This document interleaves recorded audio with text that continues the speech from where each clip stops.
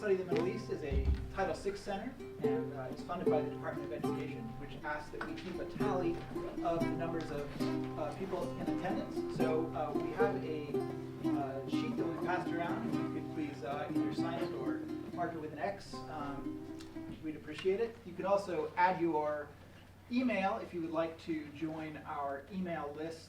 If you're already on it, then of course that's not necessary. Next Thursday, that's October 10th at 4:30 p.m.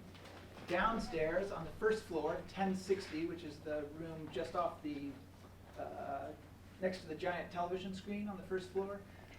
We will be having a lecture with Asma Asfaruddin entitled The Golden Age of Islamic Civilization as part of the Themester lecture series. And we would love it if you would come to that as well. But for today, our panelists, starting at my far right, Professor Shamit Ganguly, who is the Tagore Professor and Distinguished Professor of Political Science here at IU, a member of the Council of Foreign Relations and a fellow of the American Academy of Arts and Sciences. To his left, Ambassador Faisal Istrabadi, the founding director of the Center for the Study of the Middle East, and professor of practice at the Moores School of Law, also a member of the Council of Foreign Relations, as well as a fellow of the AAAS. To his left, Professor Carol Choksi, who's the CEO of IRAD Strategic Consulting and professor in the School of Informatics, Computing, and Engineering. And finally, Professor Jamshid Choksi, chair and distinguished professor in the Central Eurasian Studies Department, as well as a fellow of the Royal Asiatic Society. If you haven't already, would you mind silencing your cell phone? And I would ask our panelists to try and keep their comments to 10 minutes. And we will begin with Professor Ganguly. Thank you. Thanks very much, Carl. I'm delighted to be on this panel, and I'm very pleased that Faisal chose to convene it at this particular juncture. I think this is an important moment to be talking about the subject. My remarks will mostly be in the technical realm. I am primarily going to talk about the features of the JCPOA, the Joint Comprehensive Program of Action, which is now, of course, suspended under President Trump. First, I will outline the terms, the principal terms of the JCPOA. If I were to go into every detail, I would consume the entire time that has been allocated to the three of us, to the four of us, and that would not be fair. So I am only going to highlight the principal features. I'll talk a little bit about the technical details about how uranium enrichment works next. And then finally, I'll talk about the Trump administration and the JCPOA and where matters stand at the moment. And I'm going to try and do all of that in the next 10 minutes. To begin with, the JCPOA was reached in Vienna on the 14th of July in 2015. The principal players were the P5, the permanent five of the United Nations Security Council, plus Germany, and then backstopped by the European Union. These were the principal players, of course, and of course Iran, obviously, who had agreed to the terms of the Joint Comprehensive Program of Action, designed basically for all practical purposes, to terminate Iran's nuclear weapons program. And what were the specific features thereof? First, Iran agreed to eliminate its stockpile of medium enriched uranium, to cut its stockpile of low enriched uranium by 98%. So for all practical purposes, really dismantling its stockpile, reducing its gas centrifuges. These are the entities that spin extraordinarily fast and which then basically leach out the impurities of uranium, thereby enriching it for the purposes of producing weapons-grade uranium, to reduce its gas centrifuges by 2/3 for 13 years, for so significantly stultifying the program in the process. For the next 15 years, assuming the JCPOA had been in effect till 2030, Iran had agreed not to enrich uranium beyond 3.67%. This would give you reactor grade uranium for the purposes of generating electricity, but would not enable you to come anywhere close to acquiring nuclear weapons. Under the terms of the JCPOA, Iran would also have to allow the inspection of all its nuclear facilities by the International Atomic Energy Agency.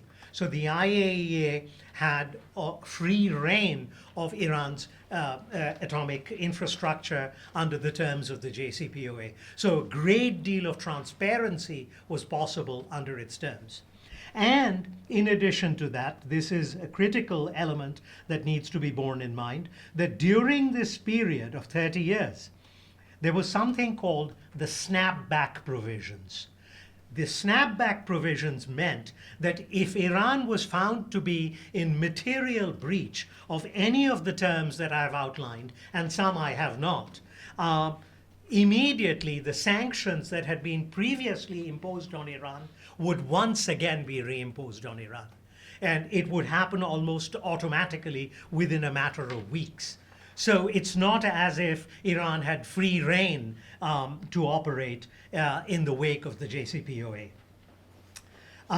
What the JCPOA did not cover were Iran's ballistic missile programs. It had little to do with Iran's involvement with Hezbollah and other terrorist organizations, which is what the Trump administration has focused upon, which were not part and parcel of the JCPOA. Iran was not in violation of the terms of the JCPOA as it had been agreed to.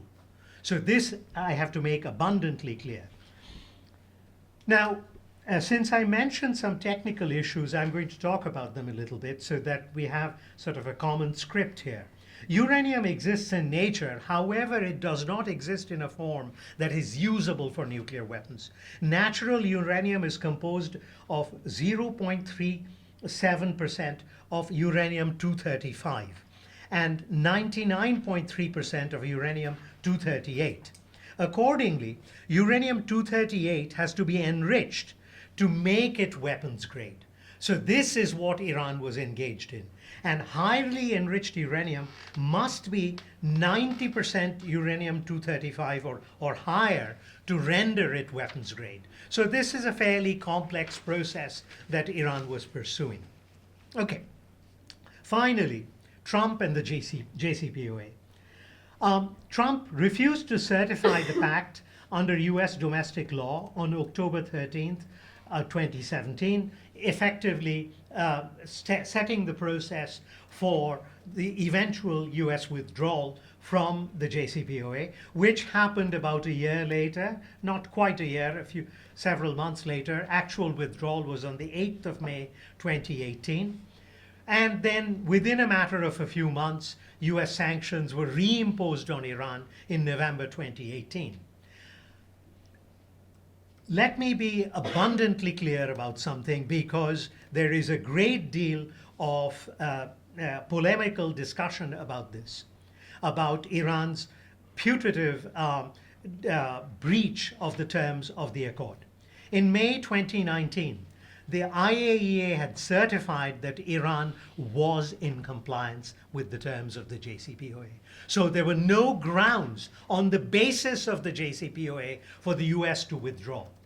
So when the Iranians say that we are in violation of the JCPOA, they're absolutely right. This has nothing to do with Iran's foreign policy, its other involvements in the Middle East, but that was not part of the agreement. That's sort of fodder, that's just added on fodder. That had nothing to do with the pact, with the agreement. Finally, this is the disturbing part, and this is where I'm going to end. Not surprisingly, on the 1st of July this year, Iran announced that it had breached the limits of its stockpile on the low-enriched uranium. This is not surprising, given that we were no longer the party to the treaty, and we had unilaterally withdrawn when all our allies were willing to comply with the terms of the treaty. It is not unreasonable or shocking that Iran has finally chosen to breach one of the terms of the treaty. Thanks. Thank you very much. I should say, by the way, this is our third panel in which we have used a quote from the president, the other one being Fire and Fury, as I recall. What can I say? The gentleman is quotable. Well, the man is quotable. So you're a great fan of his. Yeah. So I'm going to cover the regional perspective. Because of the time limitations, I'm going to focus primarily on Saudi Arabia and the Gulf states. But I will try to mention very briefly Israel, and I really can't talk about the Middle East without mentioning Iraq if I can, so I may very briefly talk about Iraq as well. I do want to sort of preface my remark by saying that because we have been for most of us looking around the room, for most of the people in the room, throughout the lifetime of most of the people in the room, there has been a kind of a cold hostility between the United States and Iran. It's hard to remember that there are actually no direct interests, direct national security interests between Iran and the United States that are necessarily in conflict. And then, of course, Iran and the United States during the third quarter of the 20th century were great allies. Most U.S. citizens probably would have had no particular view of Iran but for the hostage crisis in 1979 and 1980. Be that as it may, we have arrived now at a point from a regional perspective that's actually quite interesting and not sure it was predictable before it happened, in which the Gulf states, and I have in my notes here the Arab states of the Gulf, so we don't have to get into the discussion of whether it's the Persian Gulf or the Arab Gulf. But the Arab states of the Gulf and Israel have formed a de facto alliance, open, in attempting to circumscribe Iran's influence in the region. What I think I can say is so far the failing attempt to circumscribe Iran's influence in the region. Now, this de facto alliance has other implications too. There's all kinds of intelligence cooperation going on, but we won't get into that. Notwithstanding that I think there are no inherent interests between the United States and Iran that are in conflict, and notwithstanding that the previous administration, the Obama administration, attempted to take a step back from being involved in the problems with Iran, it appears that Saudi Arabia and Israel managed to convince the current administration to make some of the disputes in the region its own. Well, specifically, how this has played out has been in a number of ways, and in the region. And I'll start in sort of from the back end of it, which is the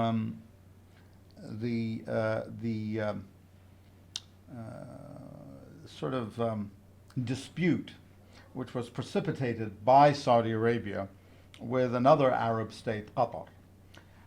Now, there was something called, there officially still is something called the Gulf Cooperation Council, which is an entity that was created, I think, in the 1980s, in which a number of the Gulf states participate, Saudi Arabia being a leading force behind the GCC and the largest and most and wealthiest country of the GCC, but it includes the United Arab Emirates, Bahrain, Qatar, Oman, and Kuwait. It was created as a kind of a council or an entity to unite the Gulf states against a perceived threat posed by two hegemonic powers. It's hard to remember. There was a time when Iraq was vying for hegemony in the region. That was a long time ago, but nonetheless is the case. And of course, the other regional, potential hegemon was Iran. So the Gulf Cooperation Council was created of a number of states with very close ties to Western governments, the United States and the Kingdom in particular, as a kind of a check against two larger and more powerful potential hegemonic powers. About 3 years ago, in the very early days of the Trump administration, the Saudis decided that Qatar was punching above its weight and it needed to be cut down to size, as a consequence of which Saudi Arabia, the UAE, and Bahrain, encouraged by the Trump administration, took Qatar on. They imposed a comprehensive boycott on Qatar, including its shipping and air lanes. In fact, and I find this as a lawyer sort of interesting, the Qataris correctly pointed out that the embargo of their air lanes constituted a violation of the Montreal Convention, and they were absolutely right about that. And they got a ruling from the International Civil Aviation Agency, I think it's called, that was right, that their neighbors were in fact violating their rights under the convention. In any event, without going through the details I don't have time to get into, the effort to boycott and isolate Qatar has actually made Qatar stronger. Now, Qatar has the largest unassociated gas field in the world. Unassociated meaning it's not associated with production of oil. It shares that gas. Part of that field is under Qatari waters, and part of it is under Iranian waters. Point is, they share that field, and you might imagine that they therefore have to guard their relations with Iran with some care. The principal demand amongst 13 demands that were made of Qatar was that it should essentially eviscerate its economic and political relations with Iran, something it really can't do because of the cooperation that is necessary in terms of the field I discussed.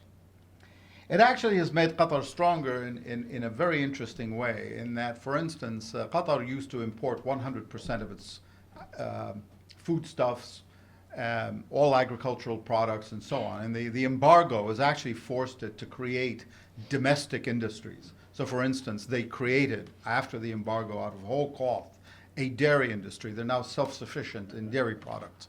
And so in many ways, it was an unintended consequence was to Qatar's advantage. It, of course, has destroyed the Gulf Cooperation Council. Oman announced it would not participate in the boycott. Kuwait tried to play, the octogenarian emir of Kuwait specifically tried to play the role of a mediator between the parties, an effort which failed, but nonetheless it has destroyed the Gulf Cooperation Council. In the meantime,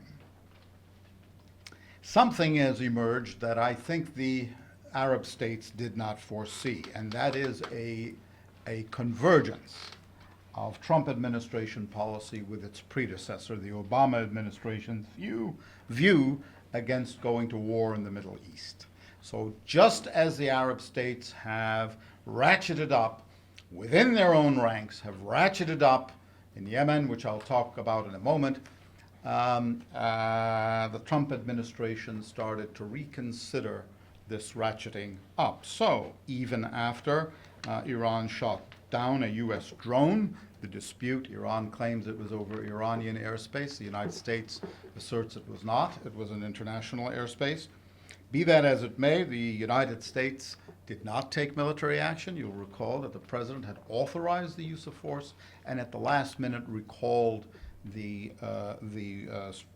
strike because he didn't want to incur Iranian casualties, he said.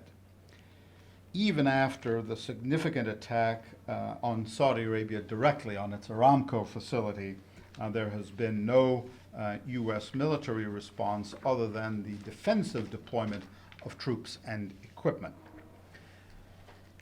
Now, the Crown Prince of Saudi Arabia, who runs the place, has gambled that that the President of the United States would take on Iran up to and including regime change, this was not an irrational hope, particularly when John Bolton was appointed National Security Advisor, because that had been Bolton's long-standing point of view, that there should be a regime change in Iran. I actually think this is really interesting. It is the sort of the one instinct that the president has, with which I agree, and that is to resist going to war in the Middle East, and certainly against Iran. Be that as it may, in the meantime, of course, over the last 4 years, Saudi Arabia, with a number of allies, including principally the UAE, Bahrain, Egypt, and on and off Jordan, has been bombing Yemen, causing horrific civilian casualties, and on and off creating man-made humanitarian crises such as starvation and outbreaks of preventable diseases, to absolutely no effect. I mean, they have been unable to dislodge the Houthis, who are often referred to as Iran's proxies. In my view, they are not. They are allies of Iran. There's a difference. And indeed, they have suffered just in the last few weeks large and embarrassing losses. The Houthis just took thousands of Freudian slip, Saudi prisoners, having raided a Saudi base, including hundreds of Saudis, including senior officers, and of course the Secretary of State and much of the world community. Anyway, the United States has laid the blame for the attack on Aramco at Iran's doorstep, notwithstanding the Houthis taking credit for all of that. I guess I should stop. I must be getting close to my 10 minutes if I'm not already over. But so I will stop with this and leave. I will have talked only about the Gulf states, but perhaps I can get some of my remarks in maybe in response to some questions, some of the other things I intended to say. I do want to stop with this, and this will involve a shameless plug of our book. But in a book that Shamit and I did together, The Future of ISIS, in the chapter I wrote, I quoted Ken Pollock. I didn't pull out the quote precisely, but what it comes out to is this: that Pollock had done some empirical research on the success rates of, third parties being able to return governments that had been forced to flee after a civil war. In other words, they're defeated by another party in a civil war, and then a foreign government decides they want them to go back. You'll not be surprised to know that or to learn that that what your instinct probably is correct. That the success rate for returning governments that have flown after civil wars is negligible.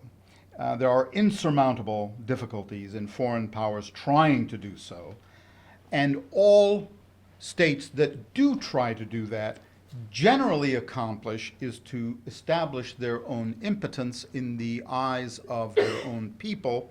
They do so at great cost, tens, if not hundreds of billions of dollars spent in 4 years, certainly hundreds of billions of dollars, and with tremendous loss of face, because you have a force which is sort of perceived as tribal. They're almost, you get the impression that these are sort of medieval, All of that, of course, is nonsense, but you're unable to defeat them. You've spent hundreds of billions of dollars over decades building up an air force and an armed force and other armed forces, and cannot defeat what is seen as a much weaker opponent, while you're spending all this cash to try to do so. This is doubly true when you start taking losses on your own territory. The attack on Aramco, the attack on the base, unable to repel, unable to defend. Saudi Arabia now is thoroughly bogged down in Yemen in what it perceives and what has in fact become a proxy war with Iran, as the action they took 4 years ago drove the Houthis much closer to Iran than they were 4 years ago. They're bogged down and they're losing allies. The United Arab Emirates withdrew effectively from the coalition in Yemen, and Jordan has and Egypt have not really participated meaningfully. Some commentators have already started to say that Saudi Arabia has been defeated in Yemen. That may be too soon for that. In any event, the bombing continues. To what end, no one knows. But the confrontation with Iran seems to be going nowhere. And the last sentence I will say before I give up the microphone is that, in fact, if you think about Iran in 1979, totally isolated, a pariah state, it now has influence from the Hindu Kush through organizations in Afghanistan to the Mediterranean Sea. And that, by the way, is a response to anybody who thinks the Iranians behave irrationally. Thank you. Hi, thank you. That was great. It may seem like this is a time when U.S. Foreign relations is at a crisis, and it certainly is. One thing that has remained consistent is Mr. Trump's negotiation and attitude and stance toward Iran. Despite the fact that there have been 2 secretaries of state and actually 4 directors of national security, and how many secretaries of defense? 3? 4? Yeah, they just seem to keep rotating. Yeah, it's kind of revolving. Musical We're on chair. number 3. Okay, yes, including acting. And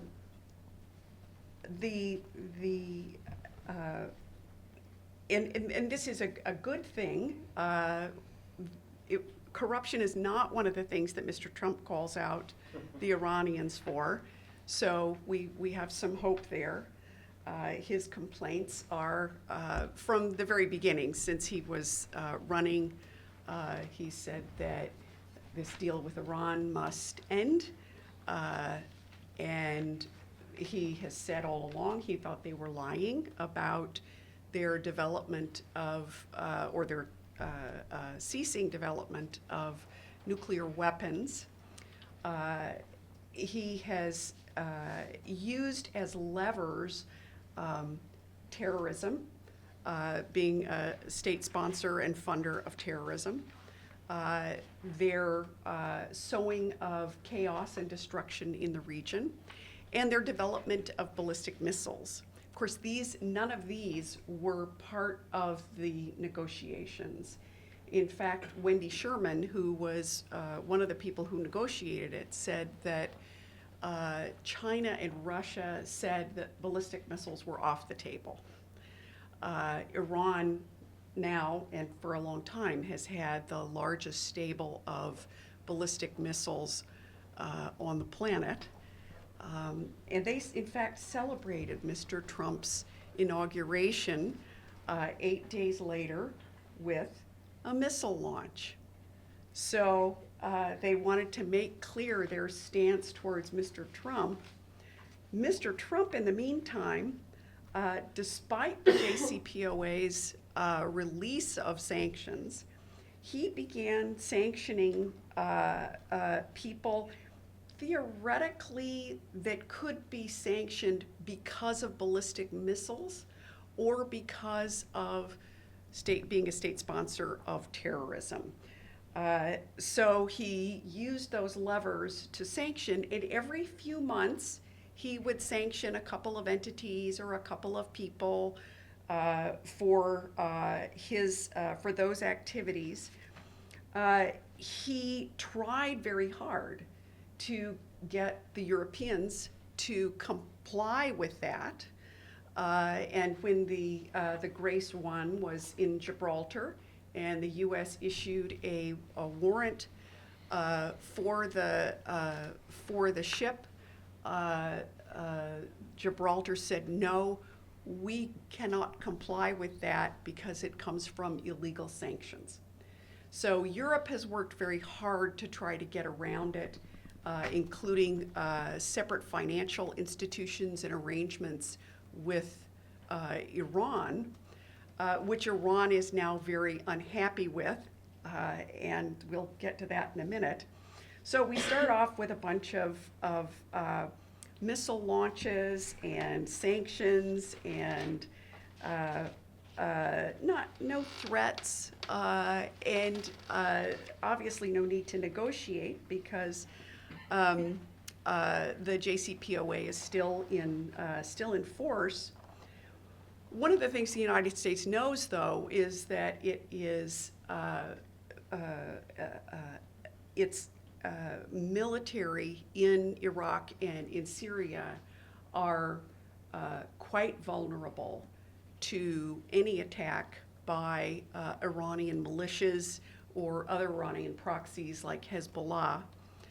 So one of the things the United States has done has ensconced itself in areas that are as thoroughly behind lines as possible, but occasionally they do have to go out and fight Russian Wagner militias on the east side of the Euphrates. They have to go out and make sure the Turks are not getting into northern Syria. So they're still quite vulnerable. So one of the things they did in 2017, the United States did, is to shoot down 2 Iranian drones in Syria.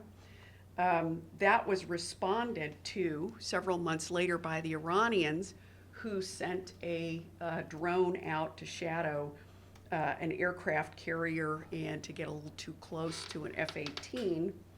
Sanctions before, sanctions after, more missile launches in 2017. But finally, in 2017, towards the end of 2017, Trump starts to talk about the JCPOA and its flaws. And he has his 3 main complaints are the terrorist activities, ballistic missiles, but also that it doesn't permanently take nuclear missiles away from Iran. Since then, there's been threats made, negotiations, very public negotiations back and forth. Iran wants sanctions released. The United States wants Iran to end its terrorist activities, end all ballistic missiles, and give up its nuclear weapons. So neither side is really giving much on that. And that's pretty much where we are. They're both trying to keep the talk about an all-out war down, but it has popped up some over the last 6 months, particularly from Javad Zarif, who's talking about economic warfare.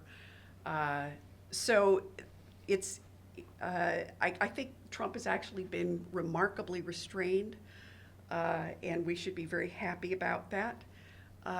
But we're now at an inflection point in our own history where we may be in a bit of trouble in terms of Iran's role in the region.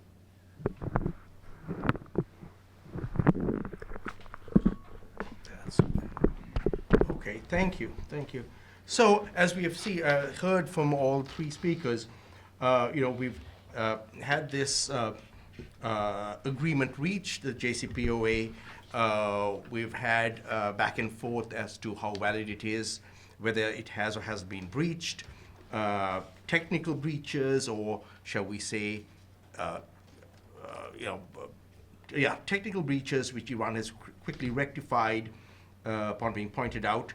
But right now we're at this sort of point where, what I'd like to talk about is why Iran is not dealing. because essentially since officially withdrawing from the JCPOA, since the US withdrew in May 2018, President Trump has repeatedly attempted to strike a new deal with Iran.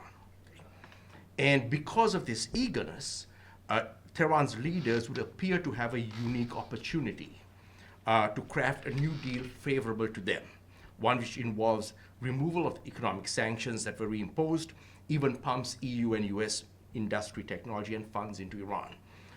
Trump's version of Make Iran Great Again, without regime change, as he pointed out at the United Nations General Assembly last month. And further, apparently all parties, including the US, Britain, France, Germany, Russia, China, so the P5+1 and Iran, even discussed new parameters as late as the United Nations meeting in New York last month, according to the French president. However, upon returning to Tehran from the United Nations, Iran's Foreign Minister Zarif began disputing those outlines that supposedly had been agreed to.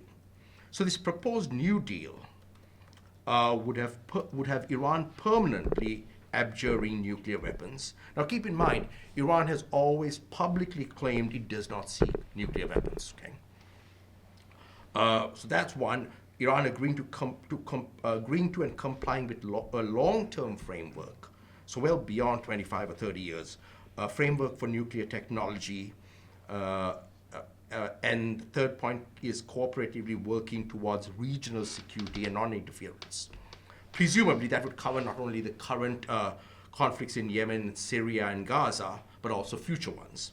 And those 3 points would be in exchange for the lifting of these reimposed US sanctions and full re-inclusion of Iran into international systems. Now, notably, limiting the range and scope of Iran's ballistic missiles, the current arsenal and also the ongoing development have not been included in this latest deal that was put together, that was proposed, apparently being set aside for subsequent negotiations. And if one looks back to even President Trump's own speeches, he talks about ballistic missiles, but when it really comes down to it, his main point is no nukes. So what are the conditions within Iran that prevent the Rouhani administration from meeting and working with the Trump administration? Okay. So if you look at the military front, Tehran's Syrian ally Bashar Assad is well ensconced. And their Yemeni ally, the Houthis, are giving Saudi Arabia a major scare. All of this, in both cases, with IRGC tactical and material support. Iran remains confident that its ballistic missiles are well bunkered to withstand an American aerial onslaught. Iran has been building tunnels for these missiles for the last 20 years. The Iranian confidence is boosted as well by the effectiveness of recent drone and missile strikes on Saudi Aramco, especially in terms of evading US-made air defense systems. And I think the one thing that the Iranians in that particular case underestimate is that the US adapts very well.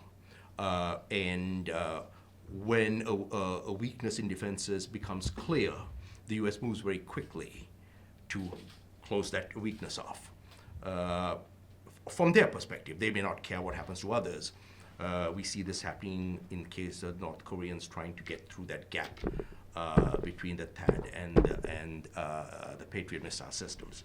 Anyway, the other sort of misunderstanding tactically in terms of the military stuff from Iran is the Iranians, some of you may have heard that recently the US Air Force tested a one-day command shift from the Persian Gulf base in Qatar back to South Carolina. This was on the 28th of September. And so again, so from the Iranian perspective, this is the Americans withdrawing. Rather, what the Americans were pointing out very clearly is they're making command and control mobile. Their response was, we should be able to do this from any Starbucks in the world. It was launch and defend themselves. So so the Iranians sort of seem to have this military confidence that I would say is greatly overestimated. On the socio-economic side, For now, Iran's regime is weathering US sanctions. Iran has begun pipeline work to export oil and gas east of the Strait of Hormuz. So from a terminal that would put them in the Gulf of Oman, and they're hoping to have that done by 2021. So presumably the importees would be China, India and China. Iran expects to join the Eurasian Economic Union, so between Russia, Belarus, Armenia, Kazakhstan, Kyrgyzstan, by the end of this month. Iran has maintained export of oil to China and even to India, increasingly less to South Korea and Japan. And this has been possible not only because the US has provided temporary sanctions waivers, which they now clamp down on, but also through trade. Iran has managed to do so through trade and transport mechanisms that circumvent US sanctions. China, the People's Republic in particular, at both the government and also through state-sponsored corporations, have continued doing business with Iran in energy, in mining, and transportations. Even though those bilateral exchanges have begun to decline in recent months.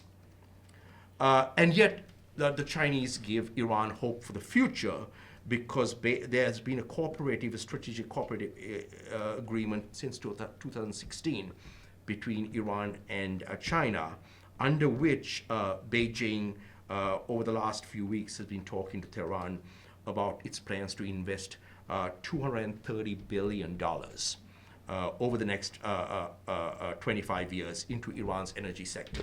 Now, whether that will happen or not, that is a major regional power play into the Middle East by China, and it's something that gives the Iranians hope. Now, if you look at some of the indices in terms of where Iran stands, so the UNDP's Human Development Index ranks Iran 60th out of 189 countries. Now, granted, that's below the less populated and much wealthier neighbors on the southern shores of the Persian Gulf. But it's way ahead of Turkey, Egypt, and Iraq. In terms of the World Economic Forum's Inclusive Development Index, Iran ranks 27 out of 76 emerging nations. China is counted among those emerging nations. China ranks 26th, Iran ranks 27th. So again, from the Iranian perspective, this is good in terms of assessing economic performance. The UN's World Happiness Report places Iran 117th or 156. Again, head of Iraq and Egypt, though below the Persian Gulf states. To give you sort of a perspective, I mean, the Crown Prince of Saudi Arabia gave a recent interview where he talked about the Saudi citizenry at 3 million. Iran has about 82 million in terms of population. So, the scales are vastly different. However, as US sanctions have been ramping back up, the IMF now estimates that real GDP will fall by 6% in 2019. Inflation will rise to 37.2%. Okay? Unemployment was at 12.1% overall unemployment. Youth unemployment is much greater. In 2018, according to the World Bank, that again is expected to rise due to domestic sanctions, but also due to foreign sanctions, also due to domestic mismanagement and corruption. And corruption is an issue in Iran. The Transparency International's index ranks Iran 138 out of 180 on the corruption perception scale. So at least even if there isn't real corruption, that is the population's perception. So, a result of all this sort of, fluctuating economics, the Iranian Parliament of Majlis has a bill before it to authorize the central bank to devalue the rial. Iran, in this case, like its southern neighbors, also faces very high socio-economic stress from rapidly declining availability of potable water. It's one of these very high-risk areas. And moreover, if you look at the inclusiveness index for Iran, Iran, in terms of including the diversity of its population within the state system and within the polity as a whole, Iran ranks pretty much at the bottom, just above Sudan and unfortunately Iraq, which is right at the bottom for whatever reason. Sorry, sir. Yeah. So in terms of social engagement. Okay. So essentially, but nonetheless, from the Iranian perspective, these sort of perceived military successes and at the very least economic endurance has emboldened those leaders within Iranian society who would abjure any compromise with the US. So there's something to think about, when you look at the previous president of Iran, Mahmoud Ahmadinejad very much wanted a nuclear deal with the United States. He was never going to get it because of his own bad behavior. He couldn't keep his mouth shut, and his vitriolic made it impossible for the U.S. to reach a deal. But whenever he would attempt to do so, these hardliners would strike at the families and the colleagues of those leaders who were trying to find compromise.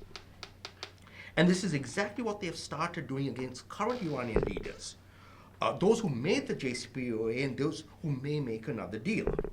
So, one of these hardliners, Ayatollah Ahmed Khatami, not the former president, but a firebrand, who's one of the Tehran prayer leaders, in late August, so before the recent events, he stressed, after Friday prayer, negotiation under pressure is surrender, and the Iranian nation will never tolerate such disgrace. He went on to add, given the approach adopted by the US and Trump, they're going to have to take this dream to their grave.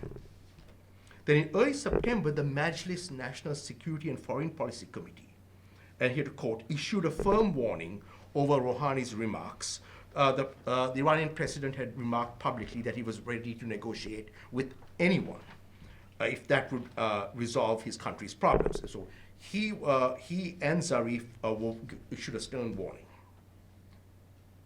So, upon returning from the United Nations General Assembly, on the sidelines of which it turns out that he was in a room there, in his bedroom, about to walk over to speak in a secure room with Trump, while the French president was also in the room with him.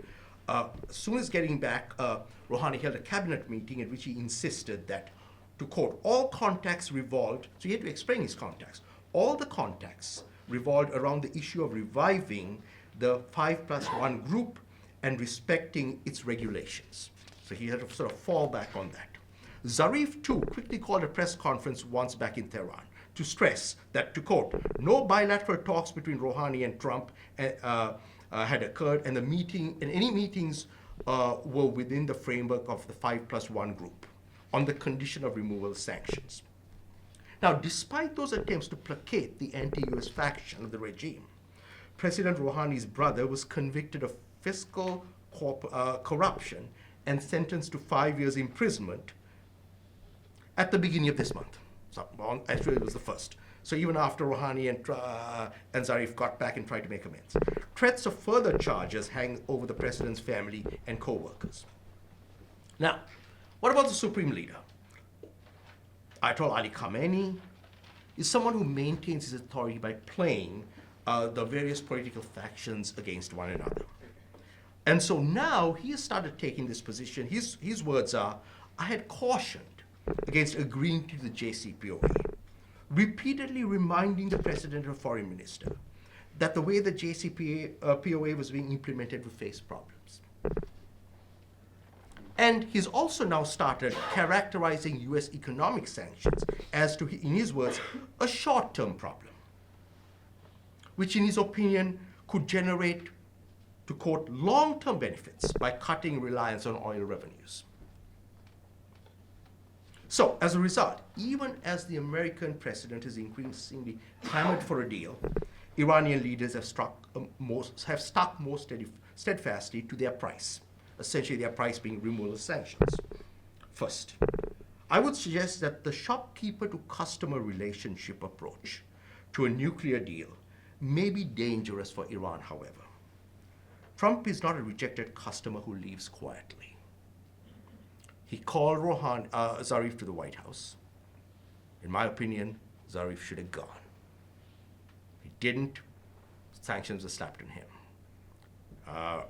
Rouhani left not just Trump hanging on the phone, but that was a call that had been arranged by the entirety of the rest of the partners to the JCPOA.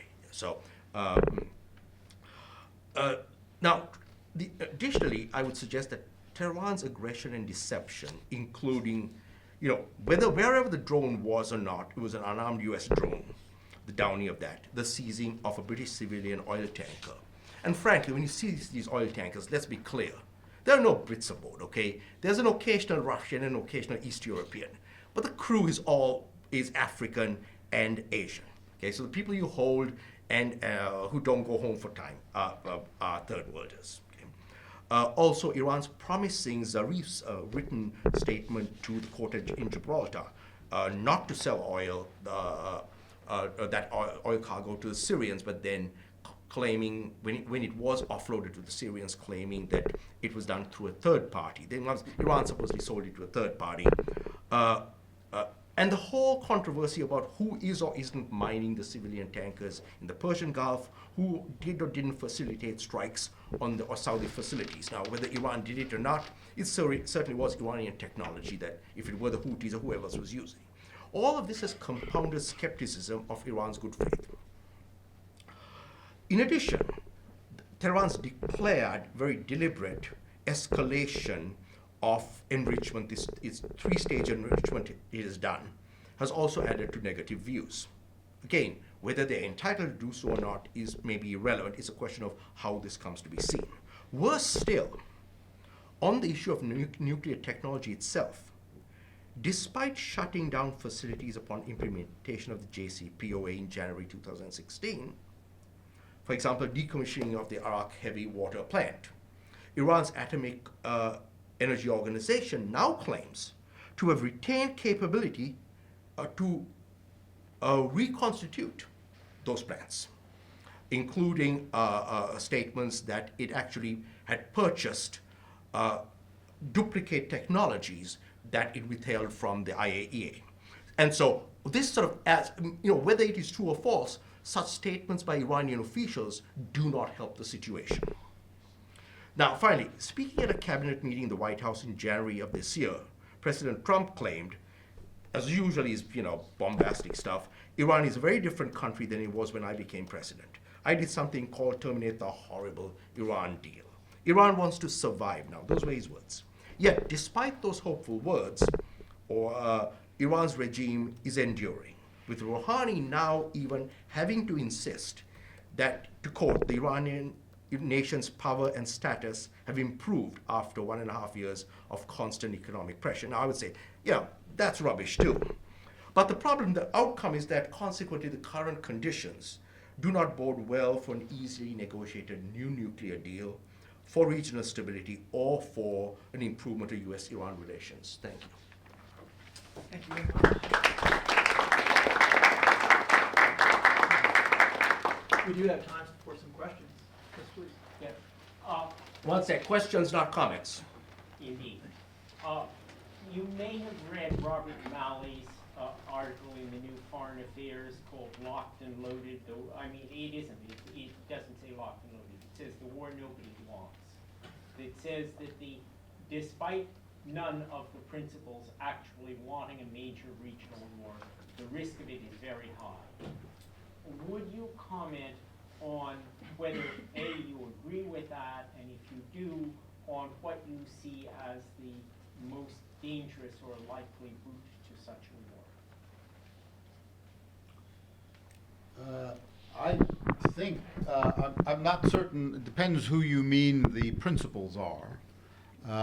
If you mean the United States and Iran presumably don't want a war, that is clearly true. Most clearly that the President of the United States doesn't want a war, and again, I take it that the Iranians are rational. I don't think they want one either. But I have to say, if you increase the circle of who the principals are to include at least the current, for the moment, Israeli Prime Minister and Mohammed bin Salman. In other fora, I have said that Mohammed bin Salman and Benjamin Netanyahu are willing to fight Iran to the last American. And unfortunately, I think that's true. I think. Zarif, right? Yeah. Pardon me? Was it Zarif who said? I haven't heard if Zarif said that, but I know Zarif. Maybe we both came up. Actually, I know both Zarif and Bolton. I served with both of them at the UN. Two different men there couldn't be. But anyway, that's for my memoirs someday, I suppose. So I don't know if Zarif said that. I certainly didn't The hear last him time I say did, it. yeah. But that is the case. Maybe he heard me say it because I said it. I said it on CNN or something. In any event, I think that is true. Now, I think that the Emiratis who were cheering this effort on have gotten cold feet. They sent a relatively low delegation to Tehran recently, I think at the level of a deputy minister. Nevertheless, it was an outreach to Iran. So I think that in the region there are states that are trying to, and I can tell you, I don't have time to get into it, but Iraq is genuinely fearful of a war with Iran because the Iraqis, and without revealing confidences, I met with the Iraqi foreign minister 10 days ago. So I won't say what he said, but they're very well aware that one of the places that Iran could respond to an American or regional attack is in Iraq. In fact, the Iraqi foreign ministry today summoned the Iranian the Iranian ambassador in Baghdad because he had made exactly that threat, that Iran would attack U.S. troops in Iraq. So the Iraqis made a démarche with the ambassador. So I'm not certain that it's true. Now maybe Israel and Mohammed bin Salman, Netanyahu and Mohammed bin Salman, are more cautious now than they were, as it becomes clear that the president of the United States really doesn't want to go to war. But you've had the Israeli prime minister advocate the bombing of Iran from the rostrum of the House of Representatives and from the podium at the UN General Assembly. So I take him at his word. I had a question. If you could roll the clock back 2 or 3 years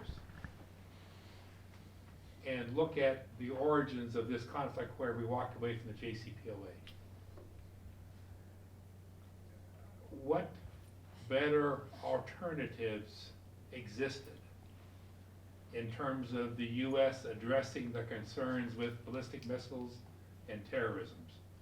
I mean, I'm not a favor of our vacillating president at all, but I think his advisors sold him a bill of goods that said this is the best option on the table to address terrorism in particular. The ballistic missile, I think, was a secondary issue. So roll back 3 years earlier, what better options would have existed that a wiser person could have chosen to address those issues?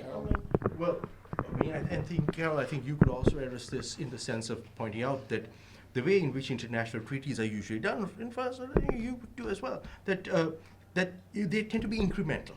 Sure. Okay, and that's the way we have dealt with the Soviet Union, the Russians, and all the others. So, okay, so you have the JCPOA dealing with one thing. It has, and yes, certainly, it's never a perfect deal. There are lots of holes and flaws and all. So one of the things you do is you sort of tally those up over a few years as you see what works and doesn't work. And then you go back to negotiating cable for a supplementary deal. And I think, and the two of us have written about this publicly as well. You go back for the supplementary deal. So ballistic missiles were not included. You notice how in the current version that was floated by the French and the rest of the, it's not there as well. That's a supplementary deal. And so, that could have been an option. And that's the way, not just the United States, but nations usually have worked on these. And I would add that 3 years ago, 2016, ISIS was still a threat. And the entire region, Russia and Iran and the United States and Iraq, were all working towards the same goal, and that is to defeat the caliphate. That could have been used as an opportunity to at least find out what we're all on the same page about, but it was not.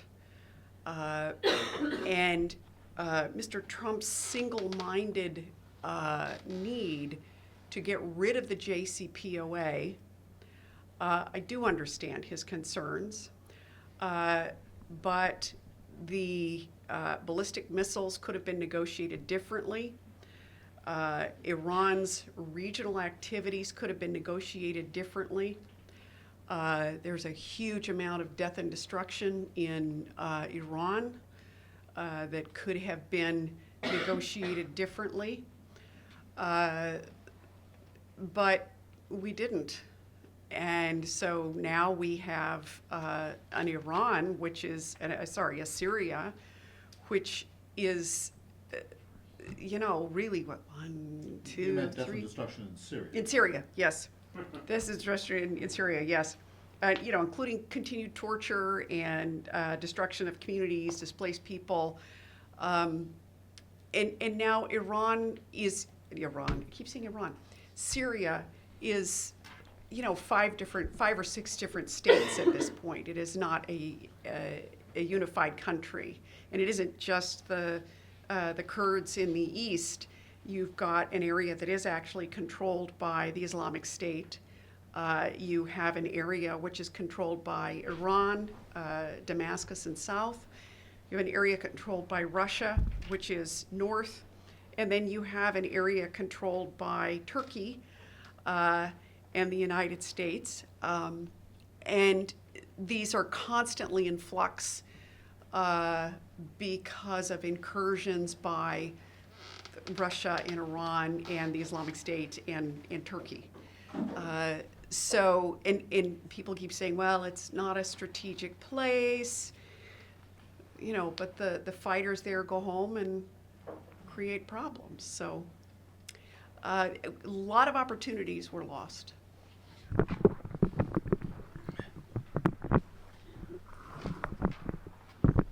I basically agree with what Jamshed said. I will simply elaborate on the point.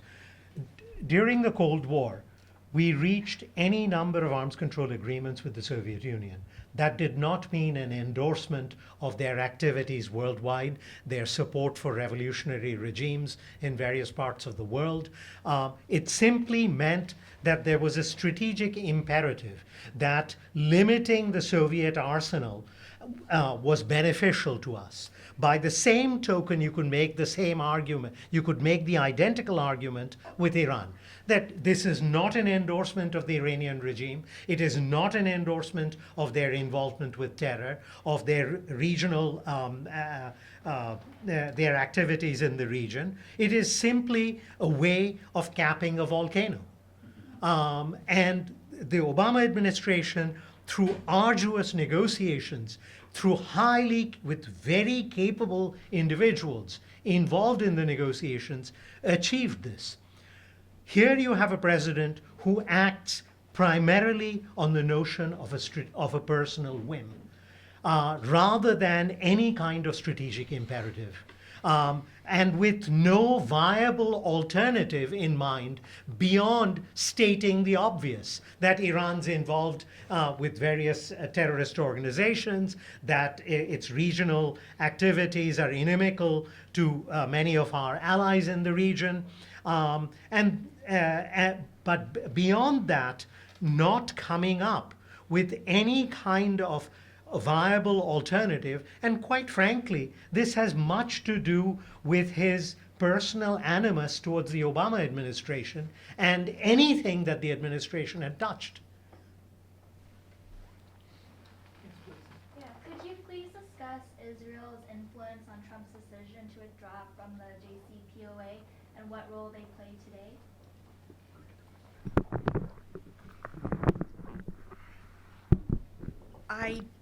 I think Trump uses Israel more as a foil than as an actual force of influence. He has not grabbed on to the several occasions when Mr. Netanyahu has come forward with intelligence, which turned out to be legitimate, that Iran is indeed culpable, and really that's about all you can say about it. He has, I think Israel is a political tool for him more than anything. He doesn't use it as a foreign policy tool. And that's about as far as it goes for him. Let me just give you one example. Some of you may have heard of. Recently, at the G7, Zarif flew in. And that was clearly well managed, well staged. Everyone knew it was going to happen, including not just the Trump administration, but Trump himself. He made it very clear from the moment he landed, he knew it was going to occur. We also now know that Bibi tried very hard to he not only spoke with the French, but he also tried to speak with Trump directly. Trump did not take the call. So Trump acts as he wishes. So when we look at the current pieces on the chessboard, it looks like we have more of the same for a very long time, if not forever. I would say though that there's been, oh, sorry. Yeah. Is it too much to hope that at grassroots levels and with young people that there could be a way to cast off this crust of, ingrained thinking and find something new? My own view is, I don't think the grassroots in this country care that much about foreign policy, and I'm not sure they ever really have. There may be individuals who do, but as a broad movement, I don't think that moves. Occasionally, and the U.S. population notoriously always waves the flag when the United States goes to war until things start to go sour, which is what happened in Iraq. Remember, George W. Bush had approval ratings close to 90% when he started the war, not by the time he left office, but when he started the war. So, to me, international relations is a game of the elites. And the elites on all sides are wanting. So I'm just interested, so just point blank from the panelists, what is your opinion, why did Iran send missiles into the Aramco? What was the point of escalating it from, well, you took our ship, so we're going to take your ship. Am I getting this one? Okay. To, he shot down a drone, we'll try and shoot down the drone too. We're going to take out 3% I of have the a world's quick answer. oil. Go ahead, sir. An answer too. Shoot it out. Is it Dillinger who was asked why he robbed banks, and he said, because the money's there? Because this was the way to hurt Saudi Arabia, and whether it's the Houthis who did it, or Iran, or somebody else, this made a point, and it illustrated two things. One is Saudi Arabia's vulnerability, and two, the United States did not rush in. So to me, I think it accomplished. Now, they couldn't know the second. They couldn't have known the second. That was a gamble, but it paid off. Now, do they have enough sense to walk away from the table as opposed to constantly betting it all on the turn of the roulette wheel? That's the question. And my answer actually would be rather different. Iran is trying to play a good hand in a very asymmetric power situation.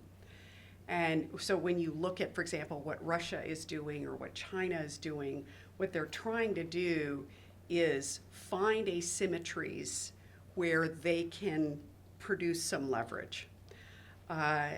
So, for example, when the U.S. would sanction, in 2017, when the U.S. would sanction Iran, Iran would sanction the U.S. Well, that's just tit for tat.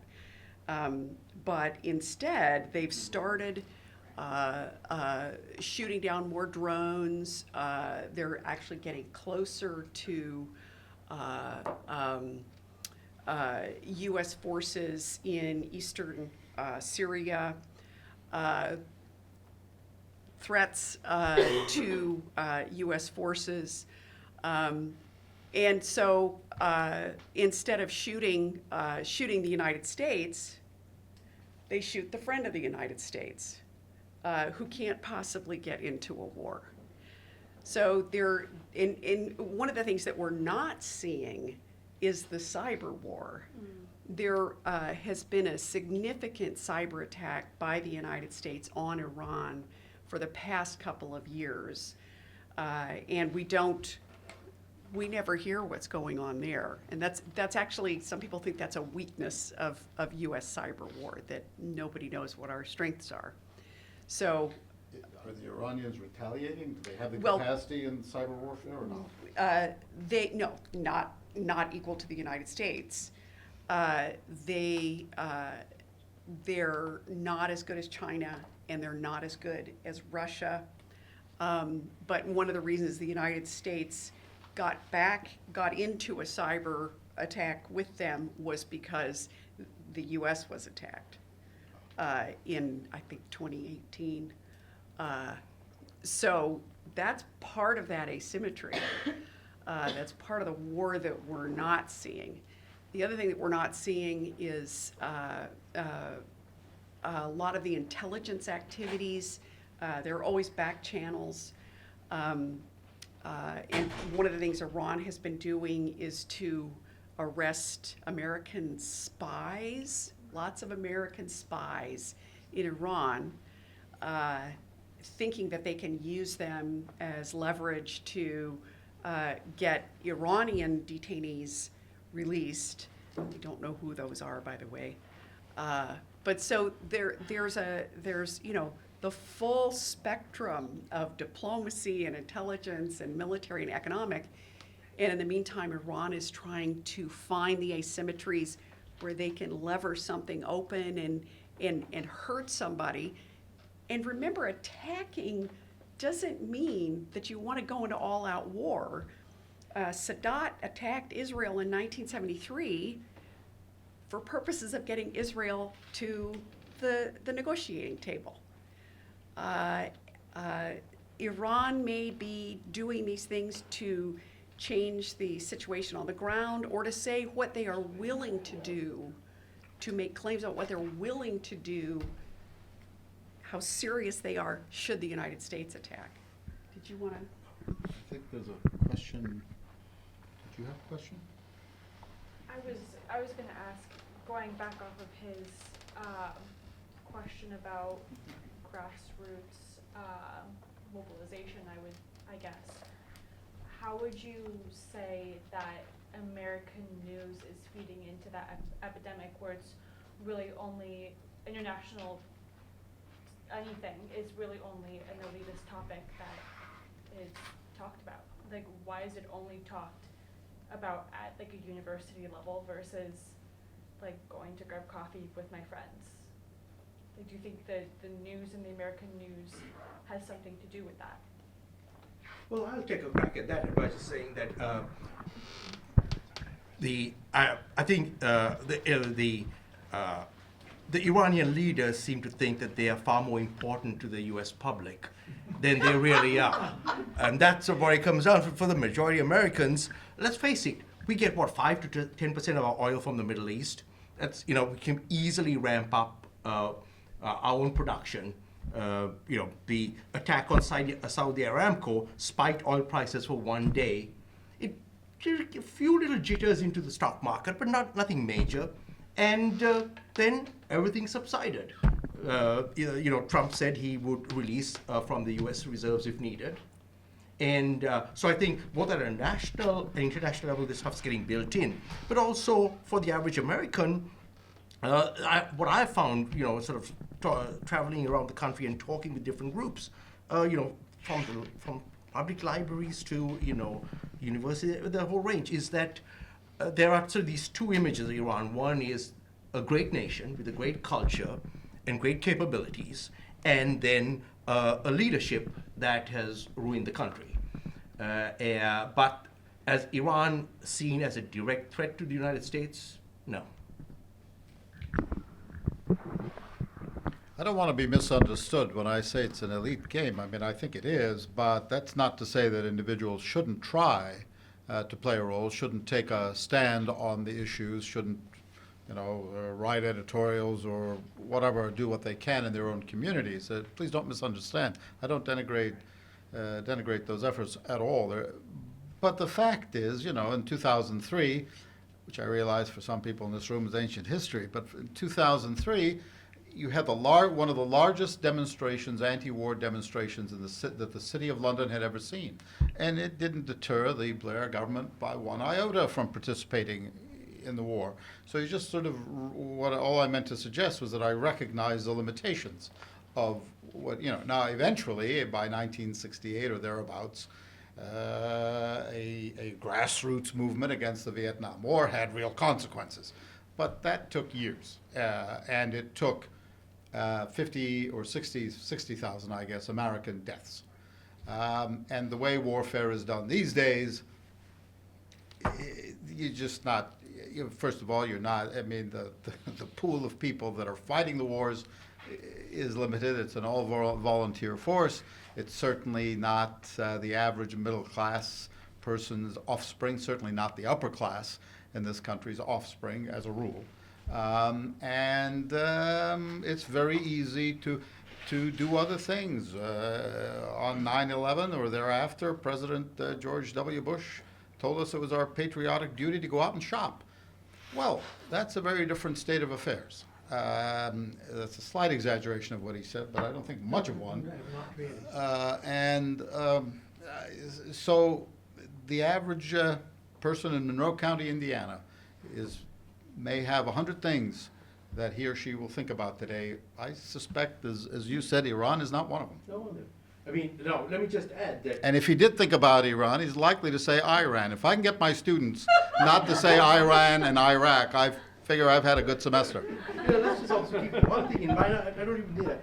Is that, you know, it's a question of impact. Iran doesn't really make that impact on us. Now, the average Iranian, member of the Iranian public, well, I mean, I think we've often joked that the problem with the Iranians are that they are sitting on their high horse on this matter. The Saudis gave Trump a sword dance. Iran should invite Trump, take him to Persepolis, lead him through the gate of all nations, give him a banquet in the Apadana there, show him Iranian culture, take him to the shores of the Caspian. Some of you may know that the northern shores of the Caspian are great skiing. It used to be advertised in American ski magazines, talking about the business opportunities. Where the Starabadi family is originally from, by the way. On the eastern shores, there you go, exactly, before you guys went down to Iraq, yeah. And the Iranian public would cheer. But again, you can see, the Iranian public's attitude doesn't really matter when it comes to a small elite hardcore who can continue to manipulate events within Iran in terms of making sure that that doesn't happen. Zarif could have gone to the White House, okay? Rouhani could have picked up that or spoken on that speakerphone. There are many such opportunities that were missed because of domestic politics in Iran. Thank you very much.